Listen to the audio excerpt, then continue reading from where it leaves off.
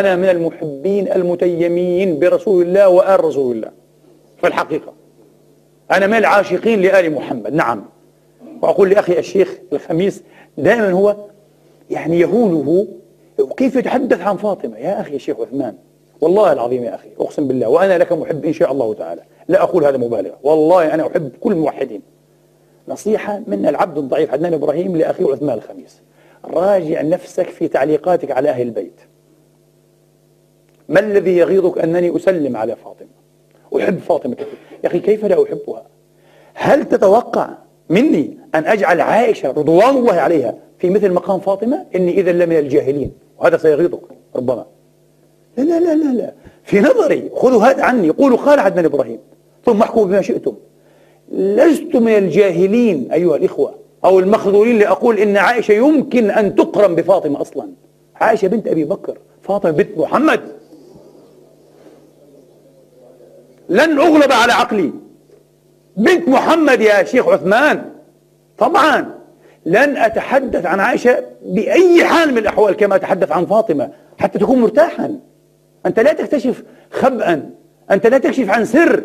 انظروا كيف يتحدث عن فاطمة. فاطمة عليها السلام، أنا خادم لأعتاب فاطمة، خادم لنعل فاطمة عليه السلام.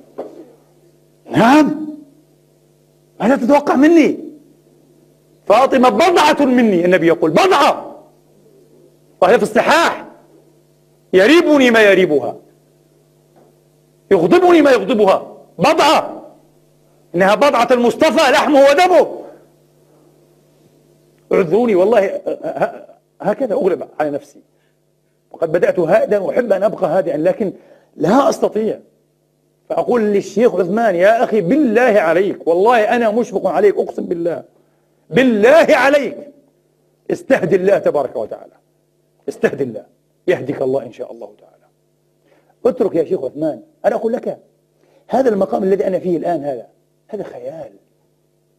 أنا نفسي لا أرى نفسي إلا خيالا، أرى كل شيء بمنظور زوالي، كل شيء زائل ذاهب، هذا البخاء والخيال. يا شيخ عثمان، يا شيخ داووم، وكل المشايخ تكلم.